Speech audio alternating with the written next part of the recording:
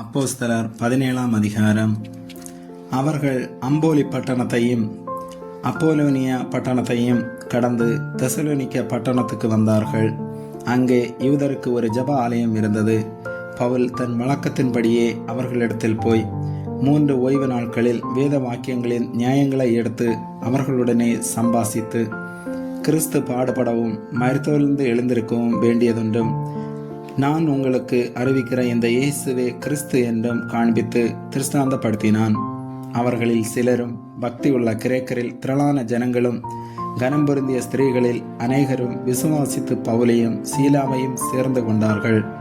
விசுவாசியாத யூதர்கள் வைராக்கியம் கொண்டு வீணராகிய சில பொல்லாதவர்களை சேர்த்து கொண்டு கூட்டம் கூடி பட்டணத்தில் அமளி உண்டாக்கி யாசோனுடைய வீட்டை வளைத்து கொண்டு அவர்களை பட்டணத்தாருக்கு முன்பாக இழுத்து கொண்டு வர வகை தேடினார்கள். அவர்களை காணாமல் யாசோனையும் சில சகோதரரையும் பட்டணத்து அதிகாரிகளிடத்தில் இழுத்து கொண்டு வந்து, உலகத்தை கலக்குகிறவர்கள் இங்கேயும் வந்திருக்கிறார்கள், இவர்களை யாசோன் ஏற்றுக்கொண்டான்.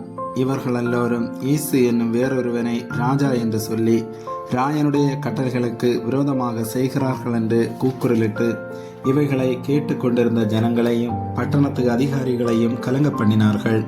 பின்பு அவர்கள் யாசோனிடத்திலும் மற்றவர்களிடத்திலும் ஜாமீன் வாங்கி கொண்டு அவர்களை விட்டுவிட்டார்கள்.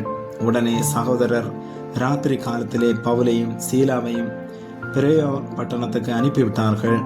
அவர்கள் அங்கே சேர்ந்து யூதருடைய ஜெப ஆலயத்திற்கு போனார்கள்.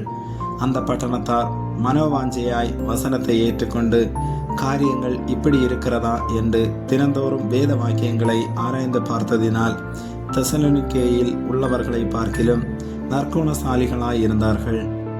அதனால் அவர்களில் அநேகம் பேரும் கனம் பொருந்திய கிரேக்கரில் அநேக ஸ்திரீகளும் புருஷர்களும் விசுவாசித்தார்கள்.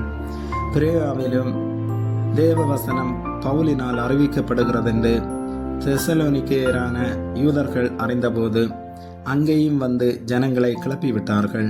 உடனே சகோதரர் பவுலை சமுத்திர வழியாய் போக அனுப்பிவிட்டார்கள். சீலாவும் தீமோத்தேயும் அங்கே தங்கியிருந்தார்கள். பவுலை வழி நடத்தினவர்கள் அவனை அத்தேனா பட்டணம் வரைக்கும் அழைத்து கொண்டு போய் அங்கே சீலாவும் தீமோத்தேயும் அதிசீக்கிரமாக தன்னிடத்திற்கு வரும்படி அவர்களுக்கு சொல்ல கட்டளை பெற்றுக்கொண்டு புறப்பட்டு போனார்கள். அத்தேனா பட்டணத்தில் பவுல் அவர்களுக்காக காத்து கொண்டிருக்கையில் அந்த பட்டணம் விக்கிரகங்களால் நிறைந்திருக்கிறதை கண்டு தன் ஆவியில் மிகுந்த வைராக்கியம் அடைந்து ஜெப ஆலயத்தில் யூதரோடும் பக்தி உள்ளவர்களோடும் சந்தை வெளியில் எதிர்பட்டவர்களோடும் தினந்தோறும் சம்பாசனை பண்ணினான். அப்பொழுது எப்பிக்கூரரும் ஸ்தோயிக்கருமான ஞானிகளில் சிலர் அவனுடனே வாக்குவாதம் பண்ணினார்கள். சிலர், இந்த வாயாடி என்ன பேச போகிறான் என்றார்கள். சிலர், இவன் அந்நிய தேவதைகளை அறிவிக்கிறவனாக காண்கிறது என்றார்கள். அவன் இயேசுவையும் உயிர்த்தெழுதலையும் அவர்களுக்கு பிரசங்கித்தபடியினாலே அப்படி சொன்னார்கள். அவர்கள் அவனை மார்ஸ் மேடைக்கு அழைத்து கொண்டு போய், நீ சொல்லுகிற புதிதான உபதேசம் இன்னதென்று நாங்கள் அறியலாமா? நூதனமான காரியங்களை எங்கள் காதுகள் கேட்க பண்ணுகிறாய். அவைகளின் கருத்து இன்னதென்று அறிய மனதாய் இருக்கிறோம் என்றார்கள். அந்த அத்தேனா பட்டணத்தார் எல்லோரும் அங்கே தங்குகிற அந்நியரும் நவமான காரியங்களை சொல்லுகிறதிலும் கேட்கிறதிலுமே ஒழிய வேறொன்றிலும் பொழுதுபோக்குகிறதில்லை. அப்பொழுது பவுல் மார்ஸ் மேடையின் நடுவே நின்று, அத்தனரே, எந்த விஷயத்திலும் நீங்கள் மிகுந்த தேவ பக்தி உள்ளவர்கள் என்று காண்கிறேன். எப்படி என்றால், நான் சுற்றித் திரிந்து உங்கள் ஆராதனை குறிவைகளை கவனித்து பார்த்த பொழுது அறியப்படாத தேவனுக்கு என்று எழுதி இருக்கிற ஒரு பலிபீடத்தை கண்டேன்.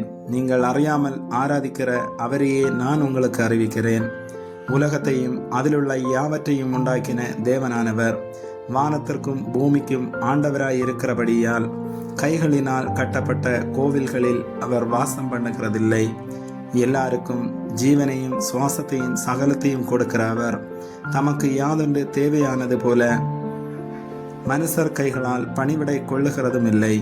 மனுஷ ஜாதியான சகல ஜனங்களையும் அவர் ஒரே இரத்தத்தினாலே தோன்ற பண்ணி பூமியின் மீதெங்கும் குடியிருக்க செய்து முன் தீர்மானிக்கப்பட்ட காலங்களையும் அவர்கள் குடியிருப்பின் எல்லைகளையும் குறித்திருக்கிறார். கர்த்தராகிய தம்மை அவர்கள் தடவியாகிலும் கண்டுபிடிக்கத்தக்கதாக தம்மை தேடும்படிக்கு அப்படி செய்தார்.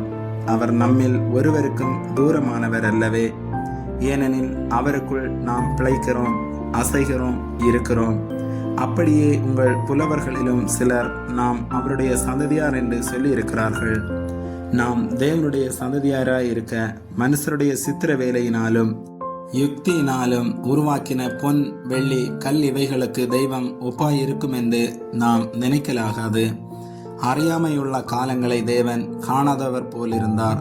இப்பொழுதோ மனம் திரும்ப வேண்டும் என்று எங்குமுள்ள மனுஷர் எல்லோருக்கும் கட்டளையிடுகிறார். மேலும் ஒரு நாளை குறித்திருக்கிறார். அதிலே அவர் தாம் நியமித்த மனுஷனை கொண்டு பூலோகத்தை நீதியாய் நியாயம் தீர்ப்பார். அந்த மனுஷனை மரித்தோரிலிருந்து எழுப்பினதினாலே அதன் நிச்சயத்தை எல்லாருக்கும் விளங்க பண்ணினார் என்றான். மரித்தோரின் உயிர்த்தெழுதலை குறித்து அவர்கள் கேட்டபொழுது சிலர் இகழ்ந்தார்கள். சிலர், நீ சொல்லுகிறதை இன்னொரு வேளை கேட்போம் என்றார்கள். இப்படி இருக்க பவுல் அவர்களை விட்டு போய்விட்டான்.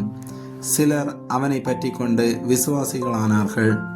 அவர்களில் மார்ஸ் மேடையின் நியாயாதிபதிகளில் ஒருவனாகிய தியோனீசியு என்பவனும் தமாரி என்னும் பேருள்ள ஒரு ஸ்திரீயும் இவர்களுடனே வேறு சிலரும் இருந்தார்கள். ஆமேன்.